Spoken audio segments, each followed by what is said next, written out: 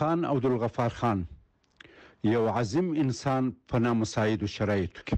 خان عبدالغفار خان چې په پاچا خان مشهور دی، زموږ د سیمې په معاصر تاریخ کې یو عظیم انسان دی. د انسانیت، اسلامیت، تقوا، صبر او مبارزه یو شاندار نمونه و.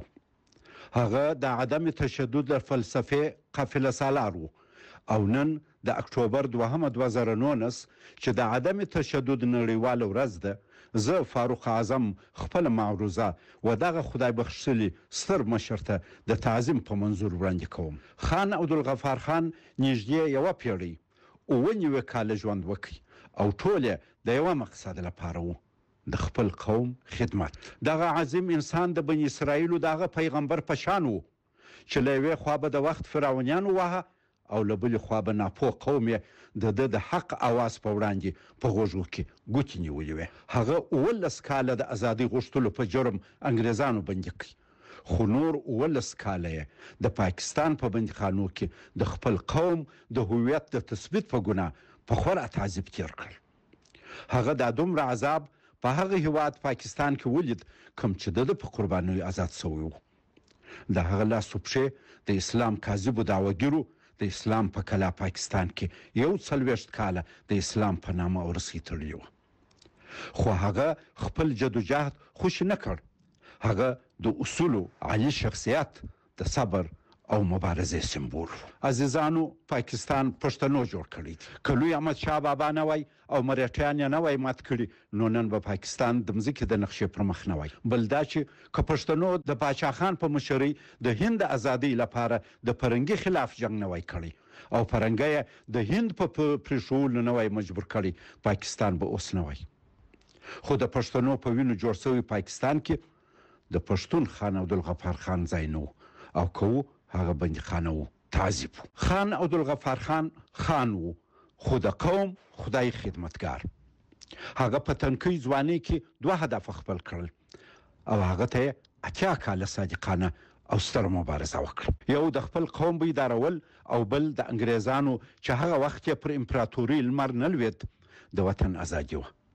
باچا خان د پښتنو بچانو لپاره ښوونځي جوړ کړي، د قومي دښمنیو د له منځه وړلو لپاره پر پښتنو جرګې وکړي، د پښتني معاشرې اصلاح او په خپلو حقونو د پوهولو لپاره په ولس کې عامه پوهاوي ته کار وکړي. هغه د انګریزانو خلاف ودرېد چې هغه وخت څه اسانه کار نه و. په دغه لار کې ډېر ملګري بندیان، شهیدان او معیوبه سول. د باچا خان لخوا د ازادۍ دغه تحریک په هندوانو کې هم د ازادۍ روح تقویه کړ. دغه سبب و چې په هند کې د ټول هند کانګرس ګوند چې د هند د ازادۍ لپاره کار کاوه فیصله وکړه چې خان عبدالغفار خان دې د دغه ګوند مشر وي، خو قبول یې نه کړه. هغه د خپل قوم د خدمت دوام ته ترجیح ورکړه. دغه عظیم انسان او زموږ د عصر مسیحا د خپل قوم د عزت او بیداری لپاره خپل د سیاسي عمر نیمه برخه په بندیخانو کې او د خپل د ژوند ډیره برخه بې ښځې، بې کوره او دربدره تېره کړه. دغه عظیم انسان او زموږ د عصر مسیحا د خپل قوم د عزت او بیداری لپاره خپل د سیاسي عمر نیمه برخه په بندیخانو کې او د خپل ژوند ډیره برخه یې بې ښځې، بې کوره او دربدره تېره کړه. خپل ټول ژوند یې د خپل ولس خدمت ته وقف کړی و. کله چې په اګست 1946 کې، یعنی د هند تر 1 کال د مخه په ټول هندوستان کې د هندو او مسلمان مذهبي فساد روان و او یوازې په کلکته کې تر 6,000 ډیر کسان مړه، تر 20,000 ډیر د بېناموسۍ واقعې وسوې او ډیر مالي تاوان ورسېد. په پښتونخوا کې د باچا خان او د هغه د ورور ډاکټر خان له برکته دغسې فسادونه ونه سول. که څه هم مسلم لیګ غوښته چې پښتونخوا ته هم دا وراسي او مذهبي فساد ته لمنه وول سي تر څو د هندوستان د تقسیم خبره نور هم زور واخلي. خو کله چې د پښتونخوا په هزاره سیمه کې دغه فساد د ځینو شرپسندو لخوا سرایت وکړ، نو باچا خان 10,000 خدایي خدمتګاران سیمې ته واستول او هلته یې د عام فساد مخ ونیو. خان بابا د پښتونخوا هرې سیمې ته خپل سړي توظیف کړل چې حالات قابو کړي او پښتانه له دغه فساده وساتي. تر انګریزانو د مخه پر هندوستان 100 کاله د مسلمانانو حکومت و. انګریزانو د بیلکه او ایلکا د پالیسۍ پر بنیاد هندوان د مسلمانانو په مقابل کې تقویه کړل او مذهبي تنفر ته یې پکی ووهه. کله چې هندوان تقویه او تعلیم یافته سول د استقلال فکر پکې پیدا سو. خو هندوان د جنګ خلک نه وه او په مدني فعالیتونو د انګریزانو د اشغال مخالفت کاوه. دا وخت خان عبدالغفار خان په پښتونخوا کې د انګریزانو خلاف په مقاومت لګیاو. دغه مقاومت له یوې خوا د هند په لویه وچه کې د اشغال خلاف د هندو او مسلمان د وحدت سبب و چې په ګډه د انګریزانو څخه د ازادۍ لپاره مبارزه کول او له بلې خوا یې په هندوانو کې د مقاومت روح تقویه کول. دغه سبب و چې انګریزانو نسبت هر بل مشر ته د باچا خان څخه ښه نه راتلل. انګریز په دې هم ویرېدی چې پښتنو د پاچاهي کولو تاریخ او د هند په مسلمانانو کې رسوخ درلود.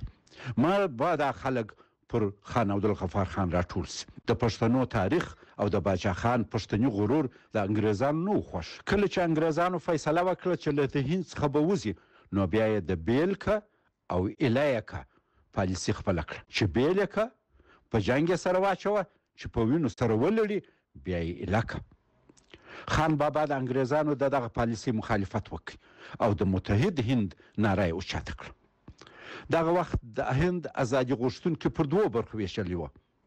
یو د متحد هند پلویان وه او بل د مذهب پر بنیاد د هند د ویش طرفداران. مسلمانان اکثره د هند د ویش طرفداران وه او استدلال یې کاوه چې د اکثریت هندو په قبضه کې هندوستان کې به اقلیت مسلمانان ښه ورځ ونه لري نو مسلمانانو ته یو جلا کور پکار دی. اکثریت هندوان او یو شمېر مسلمان مشران د متحد هند په پیلوي مبارزه کول چې په هغو کې باچا خان هم شامل و. د باچا خان استدلال دا و چې په هند کې مسلمانان داسې پراته دي چې ټول نسي ویشل کېدی.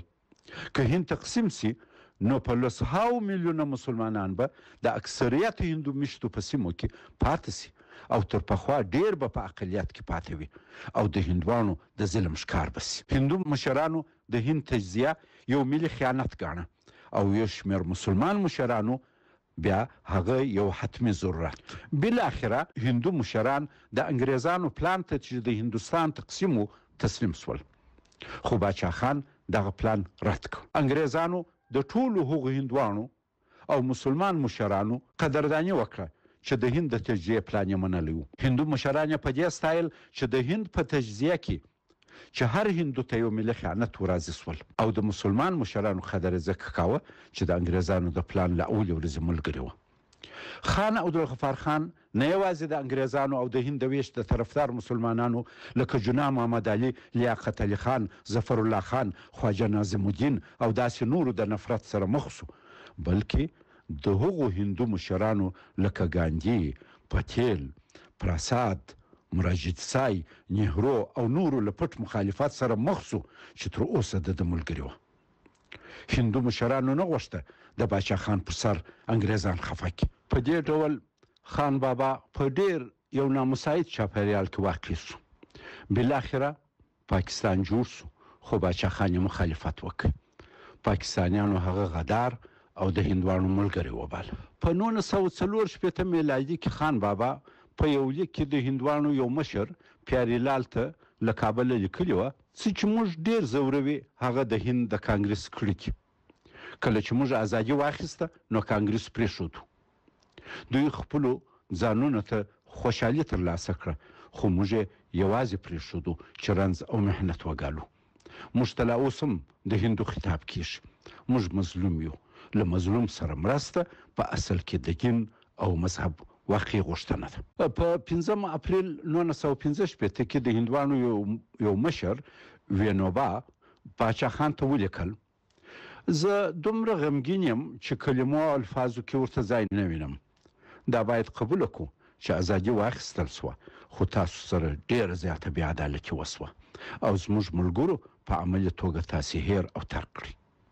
خو تاسې په خپله حوصله مندۍ، صبر او بردبارۍ سره دغه ټولې ناخوالې منلي او زغملي دي. باچا خان یې په جواب کې ولیکل: له هغه وخته چې پاکستان جوړ شوی دی 18 کاله کېږي چې 15 کاله یې ما په زندان کې په ډېر تعذیب او توهین تېر کړي دي. زموږ خدایي خدمتګاران ډېر وځورول سول، جایدادونه یې ضبط او په زندانونو کې پراته دي. زموږ په سیمه کې د پاکستاني حاکمانو لخوا همدا اوس نظامي عملیات او بمبارۍ روانې دي.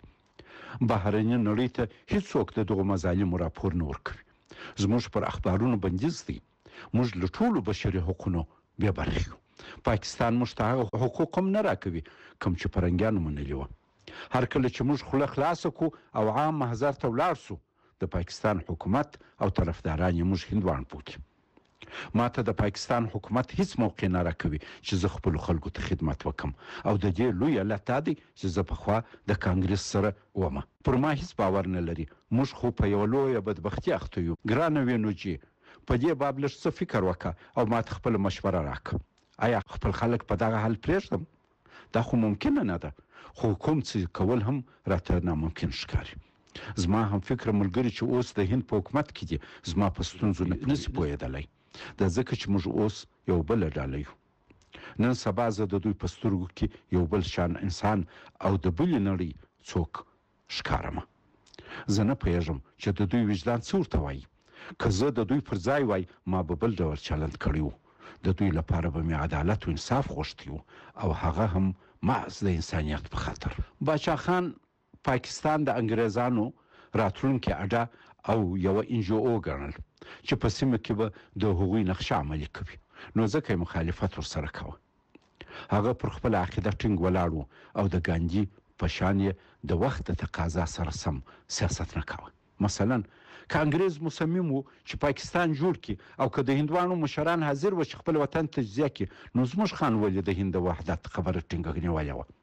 که هندوستان پر 2 برخو ویشل کېدی، پر 3 برخو دې ویشل سوی وای، خان بابا به هم د خپلې سیمې ازادي غوښتې وای. په دغه صورت کې به هندو اکثریت ورسره ملګری وای او پر انګریزانو د فشار په نتیجه کې کېدای سو پښتونستان آزاد سوی وای. اوس خو داسې سوه چې ټولو خلکو د هند ویش قبول کړي او زموږ خان یې مخالفت کاوه. نه یوازې د پاکستان د جوړېدو مسلمانان یې مخالف سول، بلکې د هندوانو ملګرو هم فکر وکړي چې خان دوی د انګریزانو سره و مخامخ جنګ ته دروي، کوم چې هغوی نه غوښتل. نو ځکه هغوی هم خان بابا ته شا کړ. کله چې پاکستان جوړ سو، خان عبدالغفار خان د پښتنو لپاره داخلي خودمختاري وغوښته، خو د پاکستان مشرانو هغه ته د هند د پلوي په سترګه کتل او د فعالیت هیڅ موقع نه ورکول. که څه هم هغه هیڅکله له پاکستان د پښتونخوا د جلا کېدو یا افغانستان سره د هغه د تړلو خبره نه ده کړې، او ویل به یې لکه سند، پنجاب او بلوچستان چې د خپلو مشتو قومونو په نوم یادیږي او داخلي ازادي لري، زموږ د سیمې نوم دې هم له صوبې سرحد څخه پښتونستان یا پښتونخوا ته واوړي. خو هغوی نور سره منل. دغه غوښتنه د پاکستان پر حاکمانو ډیره بده لګېده او هغه یې د پاکستان د تجزیې پیلامه ګڼل. د دغې غوښتنې په جرم خان عبدالغفار خان دغه عظیم انسان د هند د ازادۍ اتل او د پاکستان حقیقي بانی ډیر وکړېد. کلونه بندي او تعذیب سو او د بدنامولو هڅې په دولتي سطحه ډیرې وسوې. د تعجب خبره دا ده چې د باچا خان همدغه غوښتنه د ده تر مرګ وروسته پاکستان عملي کړه او د صوبې سرحد نوم یې په پښتونخوا واړاوه. گویا دا عظیم خو مظلوم انسان او ملګری غیر حق ډیر وکړېدل. که پاکستان همدغه کار د خان بابا په ژوند کې کړی وای، دا دومره کړاوونه به ټولو ته نه وای رسېدلي. باچا خان چې بهر کله هندوستان ته ولاړ، هلته به یې د ګاندي د روحاني وارث په ډول هندوانو ته نصیحت کاوه او د پاکستان بد به یې ویل چې فرنګیانو د هندوستان د تضعیف لپاره جوړ کړی دي. هغه به ویل چې په هند کې د هندوانو مشرانو د خپل قوم د ازادۍ لپاره بندیخانې او زجرونه ګاللي دي، خو د پاکستان مشران د انګلیسانو خان بهادران او طالسټ پاتې سوي دي. د پاکستان مشران هماغه د انګلیسانو د دسترخوان خلک دي چې د هند په ازادۍ کې هیڅ تکلیف او زجر نه دی لیدلی. هند به مخته ځي او پاکستان به ترقي نشي کولی. دا ځکه په مشرانو کې د مشرۍ د اوصافو له لحاظ غټ توپیر دی. د پاکستان مشران د خلکو واقعي نمایندګان نه دي. د باچا خان دغه خبرې د پاکستان پر مشرانو بده لګېدې او هغه یې د پاکستان ملي امنیت ته تهدید ګاڼه. د افغانستان دولتي نظام هم وخان بابا ته ډېر مساعد چاپېریال نه و. په کابل کې د ظاهرشاه او نورو حاکمانو پښتو نه وزده چې د زړه ورسره شریک او په ساده پښتو یې پوه کړي. حتی رخشانیه په فارسي پښتونستان غوښت. بل دا چې حکومت پښتونستان د زړه له اخلاصه نه غوښت او ظاهري ډنډورې خان بابا نور هم ځوراوه. خان بابا په افغانستان کې محبوبیت درلود خو پښتانه بې وسه وه او د ده سره د ده د اهدافو په تحقق کې ډېره مرسته نسو کولی. هندوستان په ظاهره د ده سره ښه او سرحدي ګاندې یې باله خو د یو مسلمان پښتون په حیث یې زړه اوبه نه ورسره څښلې او هم څرنګه چې هندوستان آزاد شوی او نور د باچا خان قربانیو ته د هندوانو ضرورت نه و نو ځکه د ظاهري راشه درشه هاخوا یې د له هندوستانه د کومې واقعي مرستې توقع نه درلوده. زړه یې درد کاوه چې د ډېر څه ورسره وکړه خو هغوی هېر کړي. باچا خان په فکر او عمل دواړه ښه مسلمان پښتون و. هغه به هر وخت ویل موږ د یوې وړوکې شخصي ګټې لپاره خپل دین او ټولنه خرڅوو. زموږ نننۍ بدبختي پیسو ته زموږ د حرص نتیجه ده. زموږ پیغمبر صلی الله علیه وسلم ویلي دي چې محبت د خلکو او امت خدمت زموږ د دین مهمه برخه ده خو اوس موږ دغه په خلاف روان یو. زموږ پیشوا صلی الله علیه وسلم وایي د دنیا بې ځایه محبت مه کوئ چې د دین او دنیا تاوان مو دی خو موږ اوس د دنیا سره بې کچه مینه کوو د خپلو خلکو سره مینه نه کوو او د هغو خدمت مو هېر کړی دی. هغه به دغه قدسي حدیث تل تکراراوه چې الله پاک وایي چې انسانان زما عیال دي او هر څوک چې زما د عیال سر ښه کوي په حقیقت کې زما خدمت کوي. باچا خان به ویل چې زموږ ملایان د عصري علومو او سیاست سره دلچسپي نه لري او حکومتونه مو د دین سره علاقه نه ښیي. په نتیجه کې موږ له دواړو پاتې سو. خان بابا د خلکو په پوهولو او د خپل ولس د خدمت په لار کې سخت زحمتونه وګالل. یو عظیم انسان و. مادي لالچونو مقام او جاه و جلال هغه ونه سو غولولی. خان بابا د یو پاک ارمان لپاره ژوند وکړي او پر خپل اصولو یې سودا ونه کړه. زموږ بابا په داسې حال او ماحول کې د عدم تشدد د فلسفې منادي و چې قوم یې په تشدد مجبور او عادت و. هغه خپل هغه قوم عدم تشدد ته باله چې په هر کور کې وسله سته او خپل بچي ته د پیدایښت په وخت کې په یوه غوږ کې د الله اکبر اذان او بل غوږ ته په ټوپک ټکان کوي. د باچا خان بل نامساعد چاپیریال د خپله کورنۍ وه. کورنۍ او یو شمېر پیروانو یې د ده لار پرېښول. هغوی د یوه استعمار یعنی انګریز په مخالفت کې چې خان بابا ورسره جنګېدلی و د بل استعمار یعنی روس غېږې ته ولوېدل. دوی د باچا خان د خدایي خدمتګار تحریک چې یو تاریخي ولسي اسلامي تحریک او ډېر قربانۍ ورکړې وې په نیشنل عوامي پارټۍ بدل کړ.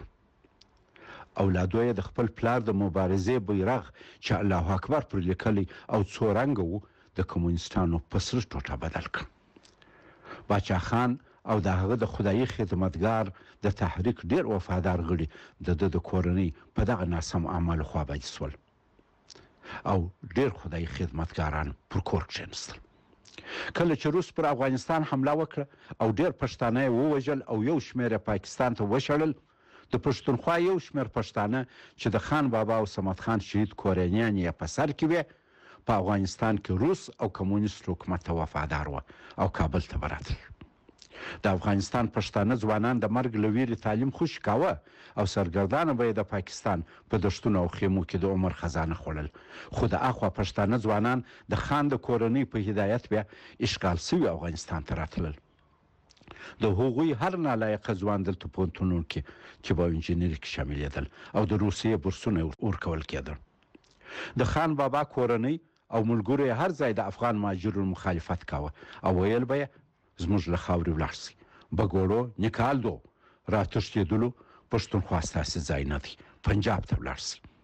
د روسانو له فشاره د افغانانو اکثرو تعلیم یافته مجربو دولتي عالي رتبه مامورینو او سیاسیونو افغانستان پرېښود خو د باچا خان د کورنۍ غړي او ملګري راغلل او په کابل کې د روس چې د پښتنو دښمن و او د هغه د لاسپوڅ کمونیست حکومت ملا وتړل. خان بابا یو سوچه مسلمان پښتون و خو کورنۍ او د اولادو د نوي ګوند غټان د روسانو ملګري وه. باچا خان حیران و څه وکړي. خان بابا دا وخت زوړ سوی و او د اولادو په قبضه کې و خو اولادونه یې پردو رانیولې وه. باچا خان د عدم تشدد د فلسفې د قهرمان په توګه کولی سو چې کابل کې کمونیست حکومت ته ووایي چې خپل خلک ولې وژنئ ولې یې له خپل وطنه شړئ او د پردو لمنې ته یې ولې په لوی لاس ورغورځوئ خو یې ونه کړه. د ماسکو او ډیلي ته هم دا خبره په زغرده کولی سوای خو یې نه کړه د په پاکستان کې د افغان مهاجرو پر سر چې له تشدده یې دلته پناه اخیستې وه د شفقت او مهربانۍ لاس تېرولی سوی خو اولادونو او پیروانو یې دغه کار ته پرې نه ښود په اخر کې خان بابا د کهولت په سبب اکثره هغه څه ویل چې اولادو او پیروانو یې په خوله کې ورته ورکول موږ افغانانو هم د تفاهم مشکلات او کمزوري درلود په کابل کې کمونیست او پردیپاله حاکمان وه چې مسلمان خان بابا یې نه و خوښ د هجرت په محیط کې زموږ د کار خلک او سیاستوال یا کمونیستانو مړه کړه او یا غرب ته ولاړل د هجرت او جهاد میدان احساساتي ځوانانو بې تجربه ملایانو او پیرانو ته پاتې سو متاسفانه موږ دا ونه کړی سو چې ځانونه د خان بابا ته ورسوو د یو پلار په شان یې لاسونه ورمچ کړو او په حوصله خبرې ورسره وکړو او حالات ورته بیان کړو زموږ ترمنځ له بده مرغه د تفاهم واټن ورځ په ورځ زیاتېدی چې په نتیجه کې موږ ټولو بایلود د دې خوا پښتانه خوار او د اخوا پښتانه ذلیل شول تاسو وګورئ په دننه افغانستان کې اوس پر پښتنو اور بل دي افغان مهاجر چې اکثریت یې پښتانه دي اوس لکه فلسطینیان خپل وطن ته د تلو لار نه برابرېږي او د خان بابا زوی ته بیا چا په خپل کلي کرایه ورنه کړه په دې ډول دغه عظیم انسان نه یوازې د پاکستان په حکومت د پاکستان په عوامو کې او حتی په خپل کور کې لازم ځای نه درلود بلکې په کړېدلو افغان مهاجرینو کې هم لازم قدر نه و په کابل کې کمونیست حکومت هم دغه مسلمان زعیم ته اهمیت نه ورکاوه په هند کې هم د عدم تشدد قهرمانۍ کپ نورو تښتولی و دا ځکه هغوی بیدار قوم درلود او د نه درلود خپلې کورنۍ هم خوشي کړي دا ځکه نور په جسماني او فکري لحاظ پر بار و هغه 8 میاشتې د پېښور په لیډي ریډینګ هسپتال کې بې کسه او بې وسه پروت و دا ځکه اولادونه یې په کور کې د هغه د سمبالولو نه وه خان بابا په همغه روغتون کې په 1988 میلادي کې وفات سو او مړی یې د ده د غوښتنې سره سم جلال آباد کې ښخ سو انا لله و انا الیه راجعون روح دې شاد وي موږ ټولو د خان عبدالغفار خان خپل د دغه عظیم مشر ملاتړ لکه څنګه چې په کار ونه کړ په نتیجه کې هغه او موږ ټولو بایلودل مشر یو الهي نعمت او قیمتي ګوهر دی هر څوک مشر کېدای نشي مشر هغه خصوصیات لري چې نور ډېر نه لري هغه د یو اصل عنصر او ظرف په شان دی چې کېدای شي شرایط او حالات پر مخ ګرځ پرې باسي خو هوښیار څوک دغه زر نه غورځوي بلکې سیقل کوي هوښیار قومونه خپل مشران ځلوي د هغو قدر او درناوی کوي او په سهوه لکه پښتانه ټینګ نه نیسي ګاندي او نیلسن منډیلا دواړو د استعمار سره سازش وکړي خو خپل قومونه ونه غورځول بلکې ویې ځلول موږ پښتانه داسې نه یو اول د مشر د پیدا کېدو همت نه لرو او که زمانه یو مشر هم راپکې پیدا کړي بیا د هغه د ملاتړ او ځلولو توام نه لرو موږ د سید جمال الدین افغان وزیر محمد ګل خان مومند او خان عبدالغفار خان خوندې هستیو په ژوند کې قدر ونه کړي موږ به تر هغو همداسې خواریو لکه یو چې تر څو په ځانو کې یو مثبت تغیر رانولو الله پاک دې په موږ کې د مشر د جوړېدو همت او د مشر د ځلولو توام نه پیدا کړي امین یا رب العالمین راځئ د عدم تشدد د نړیوالې ورځې په مناسبت او خپل د خان بابا پاک روح ته د درناوي په خاطر په افغانستان کې د جنگ پر ټولو اړخونو غږ وکړو چې نور دا یو 40 کلن ناورین بس دی او هر څوک چې د جنگ دوام غواړي هغه د افغانانو دشمن دی راځئ ټول په یو اواز د امریکا د جنگي ماشین د وټولو مطالبه وکړو او په جنگ کې شکیلو پرتو افغاني ډلو غږ وکړو چې راځي صادقانه د افغانستان ناورین ته ژر یو معقول او تلپاتې سیاسي حل پیدا کړو راځي دا په عمل کې ثابت کړو چې موږ وطن دوست یو او په خپل د خپل کور د جوړېدو توان لرو السلام علیکم ورحمت الله وبرکاته